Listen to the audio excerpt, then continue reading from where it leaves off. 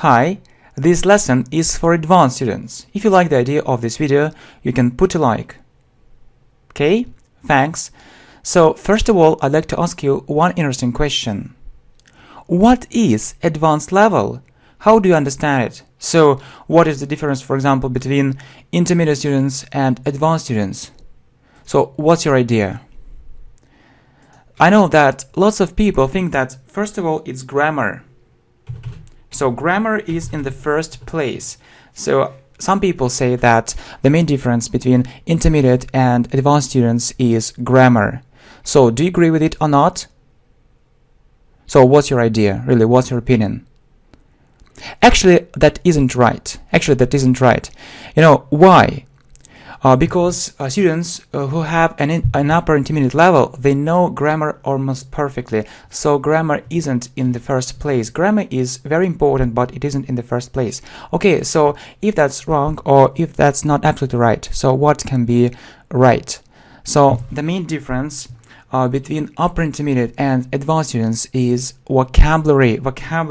Right, vocabulary is in the first place. You need to know much more words than just upper intermediate students. Yeah, vocabulary. What else? Yeah, vocabulary, it relates actually to general knowledge, but also speaking is very important. You need to have very strong speaking skills. Right, speaking skills, it's so important. Speaking skills, you need to speak English almost perfectly. I mean, quite good pronunciation and without mistakes at all. So if you make mistakes, you know, it can be very small mistakes and from time to time, but not on a regular basis. So that's it. So vocabulary, speaking skills, grammar, yeah, that's important. And what goes without saying is listening skills, perfect listening skills. Okay, so how can you evaluate, your listening skills? So when you're listening to a native speaker, do you understand everything? Is it easy for you to do it?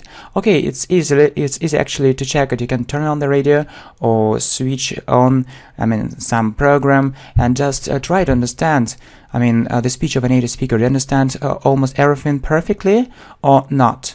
So if not, it's a problem. Yeah, so I believe that advanced students understand at least 90% of the speech, so that's the difference. So actually, to sum up, you need to focus on these four things. Yeah, right.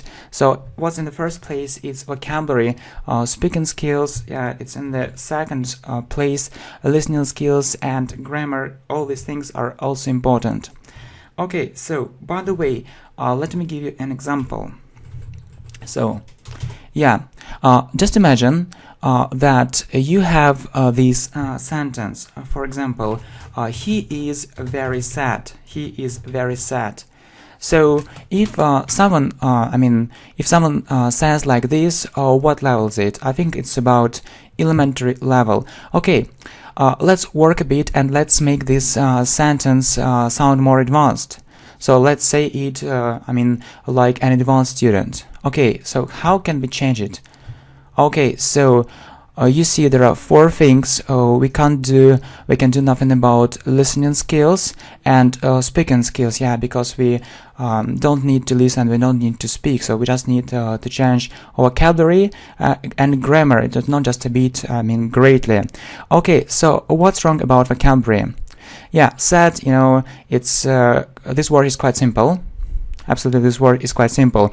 Okay, what other words which mean the same as this word, or which have a similar meaning, can you actually come up with? Yeah, come up with. It's a good phrasal verb.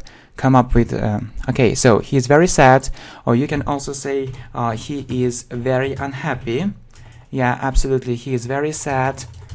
Okay, just let's type it here. He is very unhappy. You see, he's very unhappy. Okay, what else? He's very upset. Okay, anyway, that's great. If you know lots of similar words, that's great. But actually, that's almost at the same level, elementary, pre-intermediate. But it's has nothing to do about, upper intermediate and advanced level. So, what, for example, other words can you name or can you remember? Yeah, so yeah, good question. For example, disappointed. Yeah, So I'm sure that almost all elementary and pre-intermediate students know such words as sad, unhappy, upset, but I'm not sure at all that they know such a word as disappointed. Yeah, so this word is for intermediate students, yeah, for intermediate students and maybe for upper intermediate students. So if you say he is very disappointed, yes, it will sound more advanced. So yeah, a good alternative. Yes, a very good alternative. So you see, he is very disappointed. He is very disappointed. That's all right. Okay, so anyway, I can't say that this is an advanced level, because if you really want to be an advanced student, you need to use different collocations. So what is a collocation? In other words, it's a fixed phrase. For example, he is very disappointed. Yeah, but very again. So we've changed the adjective. So it was sad, and so it got disappointed.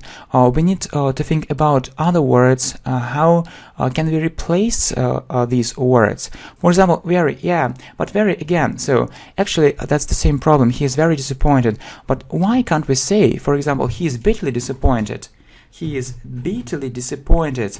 So it means that he is really very, very disappointed. He is so disappointed. So his disappointment is really huge. So he is bitterly disappointed. So it's a collocation, bitterly disappointed.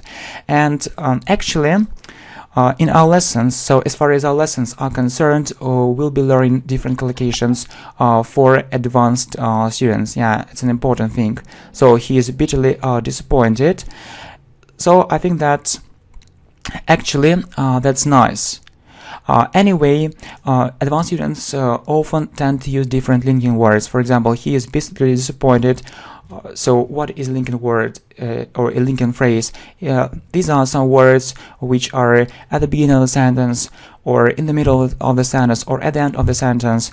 Just additional words, you can do without them, but anyway, if you use them, it will sound more natural. That's absolutely right. So let's come up with these words too. You're absolutely right.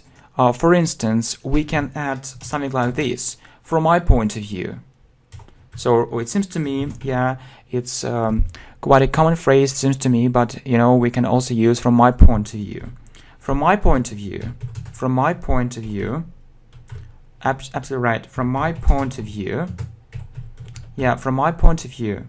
So when we express our point of view, from my point of view, he is bitterly disappointed. Yeah, that's nice. So you see that we changed the adjective. We've used one interesting collocation, bitterly disappointed, and we have added one linking phrase. From my point of view, he is bitterly disappointed. I think that you see the difference. Yeah, he is very sad. From my point of view, he is bitterly disappointed. Actually, advanced students pronounce it more quickly and more naturally. Usually elementary pre-intermediate students say he is very sad. He is very sad. Advanced students, they don't make mistakes as a rule. I mean, such big mistakes. So from my point of view, he is bitterly disappointed. From my point of view, he is bitterly disappointed. Yeah, that's nice. So what about grammar? So really you need to use more advanced structures. Yeah, that's now from my point of view, he is bitterly disappointed. Okay, but anyway, let's look at one more example. For instance, actually, you can see a statement, such a statement as, so money is everything. Money is everything, and you need to say something about it. So do you agree, or for example, do you agree or disagree with this statement? Money is everything. So just let's compare two possible answers of elementary students and more advanced students. Okay, so I think that's right. I think that's right. If you have money, you can buy a lot of things. If you have money, you can buy a lot of things. Yeah, so I want to have more money. I want to have more money. So this is one possible answer. I want to have more money. So is this answer good or bad? Is this answer good or bad? So I think why not? It sounds quite good. Can you spot some mistakes in these sentences? Spot means can you find some mistakes in these sentences? So let's have a look at all these sentences and all these words one more time. So you see, money is everything, and one possible answer, I think that's right. If you have money, you can buy a lot of things. I want to have more money. Yeah, actually that's a great achievement. It's a huge achievement, you know, when we speak English without mistakes. Actually that's absolutely great, really, when we try to speak English absolutely correctly, and in fact that's it. Actually all the sentences are correct.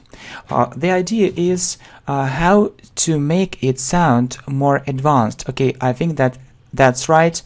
Yeah, actually let's make this you know, for example, an advanced level, or at least upper intermediate level or higher. So money is everything. So we'll be using just the same ideas, but we'll be saying it another way. So let's do it anyway. So I think that's right.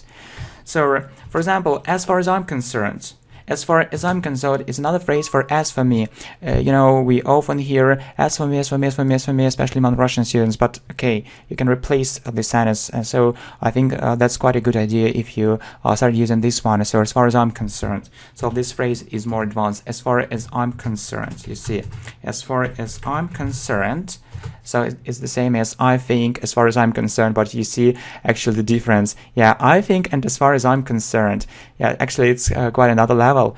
Anyway, so as far as I'm concerned, you can add not just I think. Yeah, you can say that I really think so, I believe, or you need to use more advanced vocabulary. So what words can you use instead of I think, I believe, it seems to me? Okay, so really, what are your ideas about all this?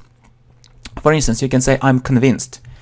Convinced means I really think so. Convinced. I'm sure, or I'm convinced. Yeah, I'm absolutely convinced. I'm absolutely convinced.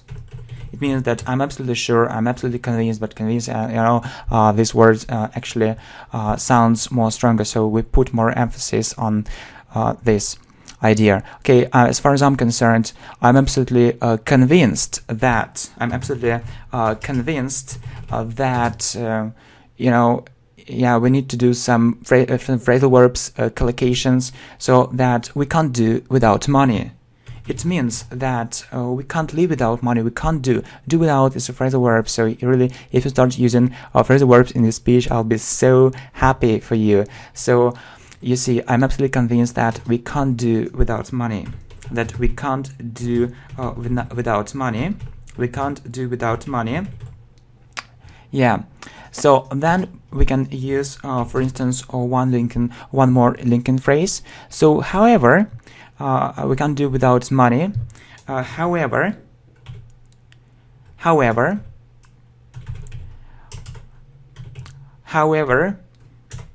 and then you can develop this idea or say something like this. However, to tell you the truth, or to be honest, to tell you the truth, I wouldn't put it in first place. To tell you the truth, I wouldn't put it in the first place for several reasons. I wouldn't put it in the first place. I wouldn't put it in the first place. I wouldn't put it in the first place.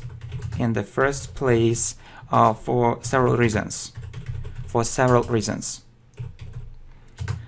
Then you can add something like this, or you can use some, you know, very common expressions. For example, you might think. You can use modal verbs. Why not? For instance, you might think that money is power. Yeah, actually, money is power.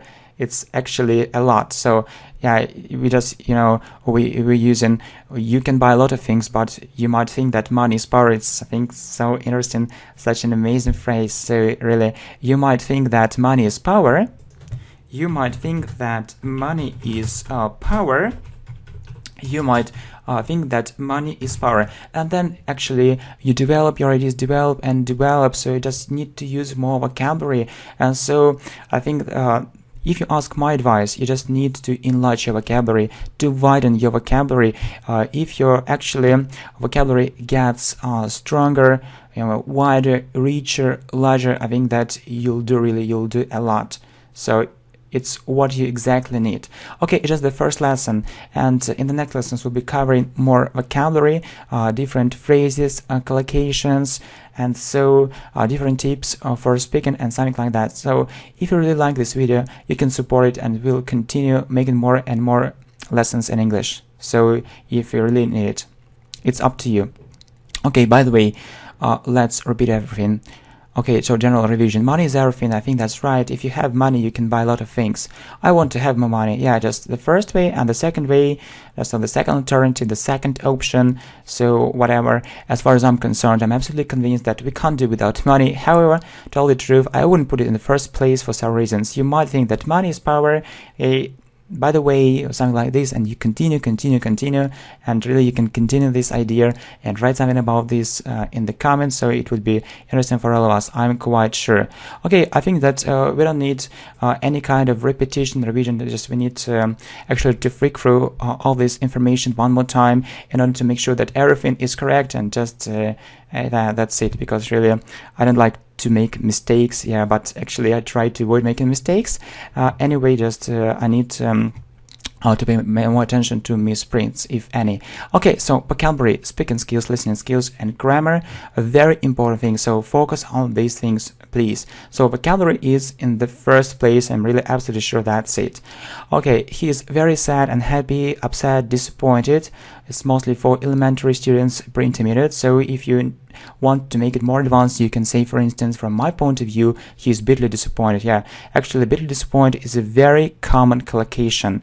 Okay, money is everything. I think that's right. If you have money, you can buy a lot of things. I want to have more money.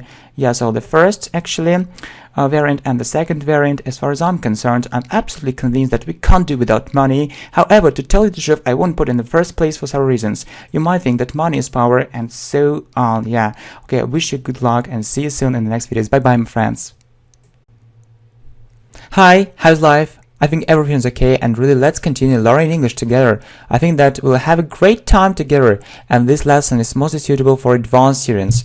Absolutely correct. So, in the last lesson, or we can put it another way, as far as our last lesson is concerned, we were talking about collocations, that they can do a lot for you if you really want to improve your vocabulary, to enrich your vocabulary, to make it larger, and if you're really determined to make it sound more natural. Yes, that's absolutely correct. So, and if you ask me to make more informative lessons, so I think that I followed your advice, and actually let's have a look at a list of collocations. I prepared 15 collocations for you, which can be extremely useful in your daily speech. So the first collocations are with highly unlikely. It means highly improbable, or the chances are very low that it will happen. For example, it's highly unlikely that this channel will reach 1 billion subscribers, or I mean it's almost impossible, or in fact it's impossible. The chances are very low. Or you can say that it's highly unlikely that the channel will reach 1 million subscribers next year. Yeah, you can't deny the fact that the popularity of the channel is growing. You see it very clearly, that, and of course it's because of you. You really help a lot, and I highly appreciate it. Yeah, that's another collocation that highly appreciate it. But it's really highly unlikely that this channel will reach 1 million subscribers next year. I don't think so, and I think you have the same ideas. Right, so the next collocation is highly competitive. So what highly competitive niches, markets, or industries you can name? So the level of competition in these niches, industries are so high that just something unimaginable. So highly competitive, and if I'm thinking about doing business, I think that I wouldn't start up my company in a highly competitive niche, because I don't want, to lose money. I want to build a profitable business. Next, highly successful. What highly successful businessman can you name, such as Bill Gates, or some businessmen who founded such companies as Microsoft, Google, Coca-Cola. We don't know their names. Not all their names, but we know the names of these companies because they actually built great brands. Next, controversial. So highly controversial things. These things are unclear. We don't know what is right, what is wrong. So highly controversial, we can't actually say it exactly. So it's absolutely right, it's absolutely correct. So we know all the information about the subject. Highly controversial things, they need a lot of time to be discussed, and we need more information to shed more light on it. Then highly recommend, you can highly recommend this channel. If you really enjoy this channel, English Galaxy, you can highly recommend it. So if you do it, I would greatly appreciate it. Okay, highly profitable. Yeah, as we already said, you need to build a highly profitable business. You know why most companies fail? Because they become unprofitable. Yeah, we can use such a prefix as unprofitable. But if you are going to become a highly successful businessman, we need to build highly profitable companies, highly profitable business.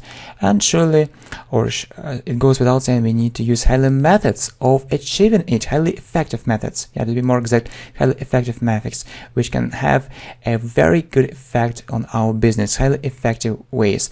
And if we look at learning English, or we can use such a phrase as far as learning English is concerned, we need to use highly effective ways of improving our English. And I think that this channel is exactly what you need. It suits you, because you can have a look at different lessons for levels: elementary, beginner, pre-intermediate, intermediate, and advanced, and even super advanced. Okay, so this is a group of collocations with highly unlikely. So that this channel it's highly unlikely that this channel will reach 1 million subscribers next year. Highly competitive. I wouldn't dare to start our business, or we can say to start up our company in highly competitive market. Successful. I think that we need to be highly successful businessmen if we are really determined to build a highly profitable business. I don't like talking about controversial things, because it can lead to disagreement. I don't like fallout. It means quarrel. Recommend. I highly recommend the channel English Galaxy. Yeah, it's a great channel and effective. We are tired, we are fed up with learning English ineffectively, using ineffective methods. We need highly effective methods of learning English, and I think that's what you need. Let's go on, by the way. Okay, well done, and I have a special task for you. I really hope that you understood the meaning of these collocations. I'll be asking you some questions in English. Please write the answers to these questions in the comments. I'll be using these collocations, which you've just studied. Okay, highly unlikely. What things do you think are highly unlikely to happen? Competitive. What highly competitive niches can you name? Successful. What highly successful people do you know? Can you give their names? Controversial. Do you like talking about highly controversial things? Highly recommend. Do you think you can highly recommend the channel English Galaxy? Profitable. What highly profitable companies do you know? Effective. What highly effective methods of learning English would you recommend using? Right, so a very good task. Okay, let's look at the next collocations. They are with the word bitterly. So you can say, I'm bitterly disappointed. It means that you are full of huge disappointment. You can't hide it. You're full of negative feelings, emotions. If you say just, I'm very sad, I'm very upset, it won't express the meaning of the collocation bitterly disappointed, because it sounds much stronger. And regret. You can also say, I bitterly regret doing it. So the main difference actually between the collocations, or between the words disappointed and regret, is that the word regret sounds more formal, so we usually use it in more formal context. So that's the difference. So, and I have a task for you too. So please write in the comments when you were bitterly disappointed last time, and what you bitterly regretted doing last time. So the things are also of great importance. So the more you write, the more you speak, the better it is for you. And I think that we need to train these collocations. I think you'll support it and do this task. Okay, well done. Let's go on. And the next collocations are with the word, or with the word, yes, exactly, deeply. deeply regret, so we can say I bitterly regret or I deeply regret. So you can write the same. So when did you deeply regret doing something last time? Shocked. When we were deeply shocked last time. Deeply means greatly. Deeply concerned. If you're deeply concerned about something, it means that you're really worried about that. Or when were you deeply concerned about, for example, the environmental problems. And ashamed. So when were you deeply ashamed last time? So when you felt such a great shame that you couldn't hide it, you were so embarrassed, so and you were the one to blame. Yeah, so let's repeat these questions. So deeply, what did you deeply regret, or when? Yeah, exactly. What or when? So what's better to ask? I think that what did you deeply regret doing last time? Shocked. When were you deeply shocked last time? Concerned. So, what were you deeply concerned about last time? And ashamed. When were you deeply ashamed last time? And say why. So you can, for instance, start. I was deeply shocked by or with, or I was deeply shocked when, and please continue these sentences. Okay, well done, and let's look at two more collocations with the word ridiculously. Ridiculously means very. For instance, you can say that something is ridiculously expensive. It means that it's really so expensive. Or it's ridiculously easy. It's so easy. So please think what things can be ridiculously expensive and what things can be ridiculously easy. And I have special task for you. So please write in the comments, yeah, that's it. What things are ridiculously expensive. For instance, I'm absolutely convinced that buy a flat in the center of Moscow, even a small one, is ridiculously expensive. That that less than 1% of people can afford to buy a flat in the center of Moscow. How much money, how much it costs to do it. So it's something unimaginable. Yeah, and please name other ridiculously expensive things. So, and easy. So is English easier or difficult? And it's really very interesting to hear from you, to know your point of view. So is English really easy? On the contrary, it's so complicated, it's so difficult that people don't understand the real essence of this language. So please do it, and we're looking forward to your reply, to your comments, to your support, to your likes, okay, whatever. So the future of this playlist is in your hands. So if you like it, please support, write something, and we'll continue making this series. Okay, thanks for attention. See you. Bye bye.